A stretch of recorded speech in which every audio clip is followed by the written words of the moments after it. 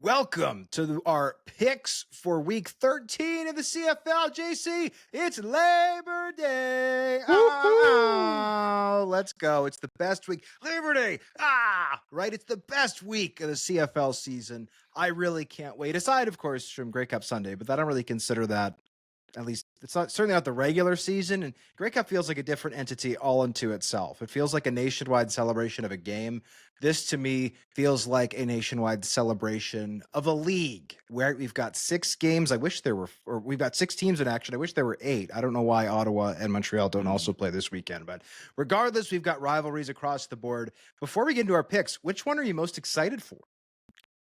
I think it's got to be the Saskatchewan Roughriders and Winnipeg Blue Bombers game. To me, that's the one I have circled.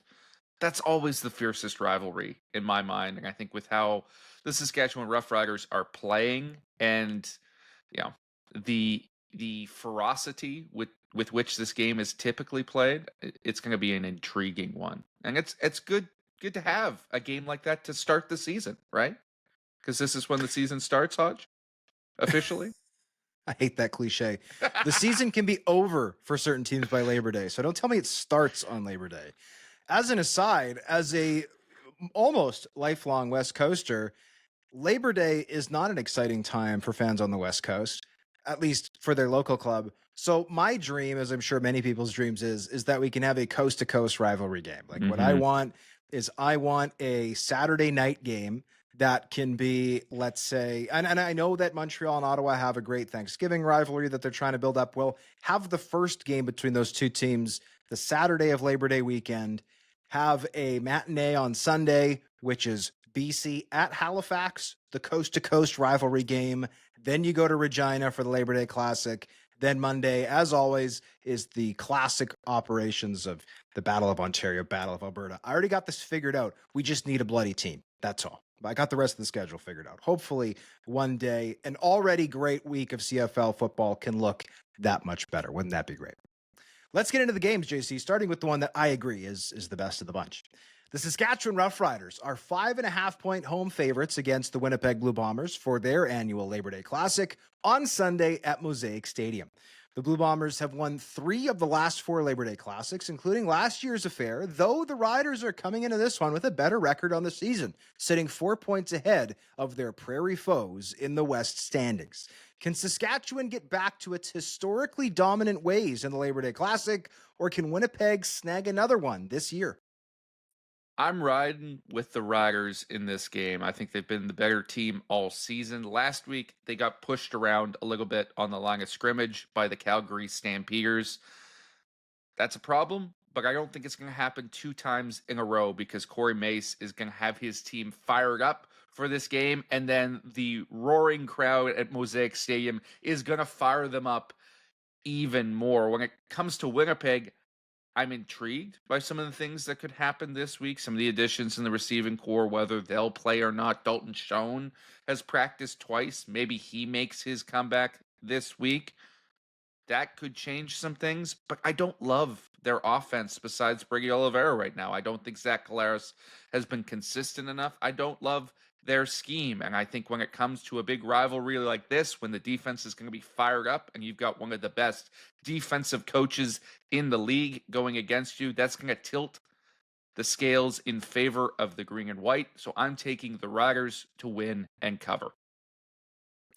I'm a little more bullish on the Bombers than you are, JC. I thought that their offense showed impressive steps last week. I watched the film. I thought it was the best I've seen from that offense so far this season. I thought Zach Collaros was very decisive in his decision making, and I love that Brady Oliveira had his best game of the season along the ground. The offensive line, I thought, did a nice job of controlling the line of scrimmage against a very good Montreal Alouettes front. This front in Saskatchewan, though, is just as good, if not better. And obviously, we know the home field advantage, right? That's at play here. The Bombers won this game last season, yes, but they also got a special teams touchdown, right? Off the muff, Mario Alford punt return that was recovered by Nick Hallett. And I do also like the potential re-addition. I do think he'll play as Dalton Schoen. I think Nick Dembski's going to play in this one as well. Like the Bombers are trending the right direction offensively. I think defensively that they're improving as well. But it's the Riders on Labor Day, right? The Riders historically, traditionally win this game, even when they're the inferior team. And the same is true opposite. So I'm also going to tip my pick here for next week. The Bombers typically win the Banjo Bowl, even when they're not the best team in that game. So I'm going to take the Riders to win and cover on Labor Day, and I'm going to take the Bombers to win and cover on Banjo Bowl. I don't even care what that line is. I'm guessing, it'll depend obviously on the outcome of this game to some extent. But I feel like with the Riders coming off a loss and the Bombers coming off a win, I'm getting the chance to buy the Riders at a nice price here, right? Like their stock has come down a little bit. The Bombers has gone up a little bit. I think that this game should probably be more of a touchdown game. It's only 5.5 points. So I'm happy to take the Riders to win this game and to cover. Should be noted that the Bombers, I thought, did a really nice job against Trevor Harris last year. I also thought Zach Collaros played Saskatchewan really well, including lighting them up in that West Final. But Labor Day, again, there's going to be 34,000 screaming people at that game. Yeah, there's more blue at Mosaic than ever on Labor Day, but it's still an overwhelmingly green crowd. Give me the Riders to win and cover the spread. The Hamilton Tiger Cats are 4.5 point home favorites against the Toronto Argonauts on Monday for the Ontario edition of the Labor Day Classic. The Boatmen are coming off a shocking 52-34 drubbing of the BC Lions, during which Nick Arbuckle threw for over 400 yards and accounted for 4 touchdowns. While the Ticats are coming off a bye after getting blown out by Saskatchewan the previous week. Can the Tabbies refine their winning ways, or are the Argos finally rolling? I just used a stock analogy. I'll use it again. I feel like with the Ticats being on a bye last week and then losing it right by 20 points to the Riders the previous week, I feel like I'm getting a chance to buy them at a discount right here. Mm, And the same is true in opposite with the Argonauts, right? Like this was a 2-win football team. Ryan Dinwiddie was out here calling his players pretenders not that long ago. And it feels like one big win. And I'm not taking anything away from the win. It was a very impressive performance. Nick Arbuckle, arguably now in the MOP conversation, brilliant performance, particularly without DeMonte Coxey, their top receiver in the mix. But I'm sorry, this is still a 3-win football team. Why should anybody be fearful of a 3-win football team? This game is in Steeltown. The Ticats fans there are absolutely belligerent at the best of mm. times. Well, guess what? Labor Day, they're going to be harassing that Argos sideline. And I do mean that word in every sense of its meaning. Harassing that sideline, getting under the skin of all 46 players who are going to be there. And they'll probably even be mean to the practice roster players who aren't even dressed. So I am happy to take the Hamilton Tiger Cats to win and cover this spread. In my opinion, this spread should be higher. This should be an 8.5 point spread. I think it's only smaller because of the 52-point performance we just saw from the Argonauts. And I'm not saying that it's impossible that we see that again, but the Tabbies have had a full bye week to sit back, Mm. watch the film. They know exactly how the Argonauts had that much success. And I also didn't think that, as much as the numbers are very impressive, I didn't think that Nick Arbuckle did that brilliant of a job, especially on those deep balls. I thought there were some busts from BC. I thought there were some really nice plays and adjustments from the receivers there. I don't think this is a performance that the Argonauts are going to be able to repeat. Makai Polk from the NFL, nice ad, but I don't see that translating into another huge performance from the Argonauts. I'm very happy to get the Ticats here, minus only 4.5. There's a lot of reasons to look at a potential Ticat bounce back here. The bye week, I think, was much needed. They were in a tough slog of their schedule at that point, coming off back-to-back losses. Uh, they've had all the time in the world to prepare, all the time to get a little bit healthier, but there's still some key absences. Stavros Katsantonis, to me, is a big one. He did not practice on the first day of the week. If that continues, he's a big hole in that defensive backfield. And I'll tell you what here, Hodge, I've got a bit of a gut feeling about the Toronto Argonauts this week, and that may very well be indigestion, but there is there's just something calling to me about this team. I think Makai Polk inserting into the lineup, even though I'm skeptical that a guy in his first week back from the NFL can make a huge impact, gives them a dynamic that they've been missing this season. I think teams have figured out the Ticats offense a little bit in the last few weeks. And even though the Argos got absolutely torched by Kenny Lawler in their first matchup, I don't think they're going to employ that same strategy again in this game. And then some of the injuries that Toronto has. You look along the offensive line, Sage Dockstader's not practicing, Anthony Vandal's not practicing. Well, if you get Shane Richards and Darius Sirocco in there, and then you're getting Ryan Hunter back as well and switching him out with John Boss, well, I'm not sure that is a downgrade along the offensive line. I think they'll be pretty sturdy up there, and they've been playing better the last few weeks. So I think there is a sneaky opportunity for the Argos to at least push the Ticats to the brink. I'm certainly going to take them to cover and make this a field goal game, but I'm actually going to pick them to win in the upset as well. Interesting, interesting. So we are on opposite sides in Ontario. Let's now head west to the province of Alberta, where the Calgary Stampeders are 8.5 point home favorites over the Edmonton Elks on Monday in the Alberta edition of the Labor Day Classic. I never get tired of saying Labor Day Classic.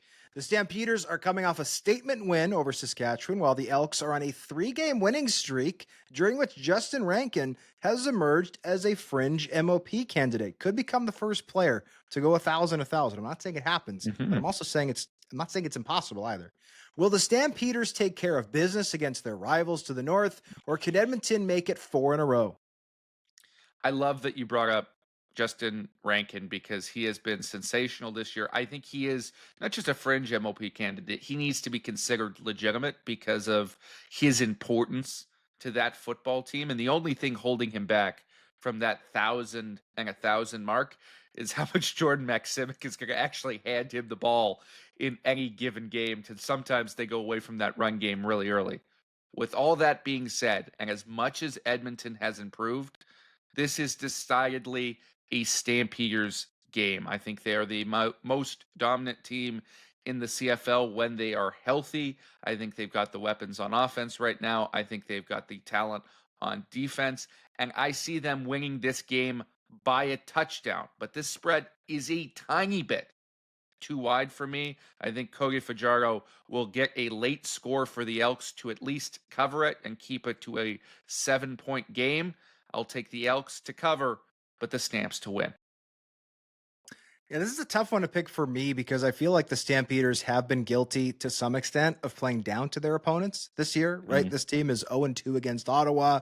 They lost against the McLeod Bethel Thompson Montreal Alouettes. I know VA was banged up for at least one of those games, late in the other, but still, like I this team has been so brilliant against top competition. Like they crushed Hamilton in week 1, and they've swept Winnipeg and Saskatchewan 5-0. Like that is remarkable.